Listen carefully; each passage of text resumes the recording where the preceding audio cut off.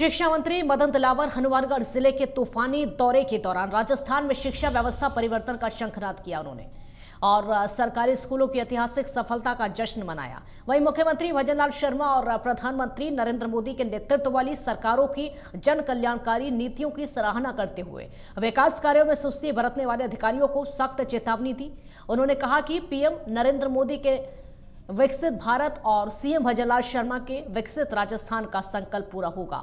मंत्री मदन दिलावर ने अयालकी गांव में 4.5 करोड़ की लागत से बनने वाले महात्मा गांधी राजकीय स्कूल के आधुनिक भवन का शिलान्यास किया।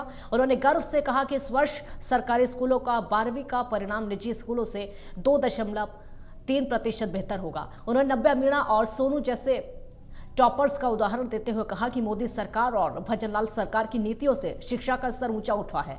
इस दौरे के दौरान मंत्री ने बनवाला और गोलूवाला का निरीक्षण किया। उन्होंने कड़े निर्देश दिए कि क्लास में शिक्षक मोबाइल का उपयोग नहीं करेंगे और कम अंक आने पर शिक्षकों की जवाबदेही तय होगी। सफाई व्यवस्था पर मंत्री का रुख बेहद सख्त रहा। उन्होंने कहा कि पंचायती को प्रतिमाह 1 लाख का बजट देने के बावजूद गंदगी बर्दाश्त नहीं की जाएगी।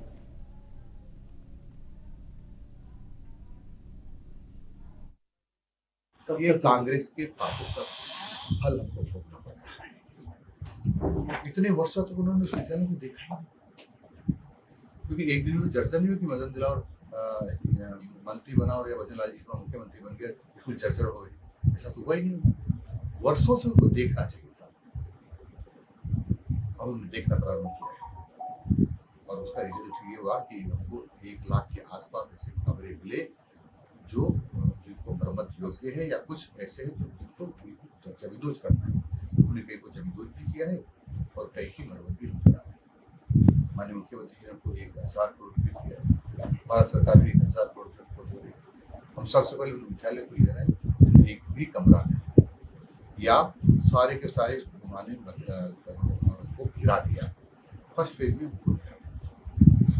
सर 9 से 12 तक इतिहास की किताबें बंद की गई है, तो लोगों में भ्रम की स्थिति पैदा हो रही है। देखो, मैं आपको बता दूं, आजादी के बाद का स्वर्णिम इतिहास, भारत का स्वर्णिम इतिहास, ये किताबें वो किताबें हैं जिनकी परीक्षा में नंबर नहीं चलते और कांग्रेस ने कौन किताबों को लागू किया मुझे आज भी पता नहीं, और उसमें इन्होंने कहा कि आजादी के बाद किन नौकरी योगदान नेहरू जी का, बिल्कुल मानता हूँ नेहरू का योगदान रहा है, इंदिरा जी का योगदान रहा है, राहुल जी का योगदान रहा है, हमारे सम्मान्य प्रधानमंत्री ने उनका सम्मान करते हैं।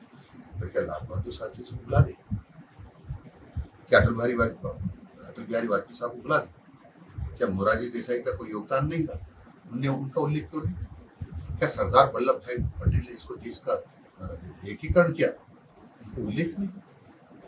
डॉक्टर अम्बेडकर जिन्होंने भारत का संविधान को लिखा गया उसके बारे में उनका उल्लेख नहीं। ये क्या समझ?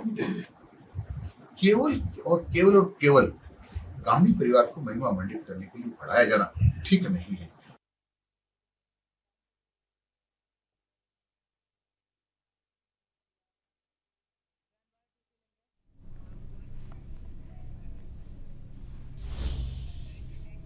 बीजेपी के राष्ट्रीय अध्यक्ष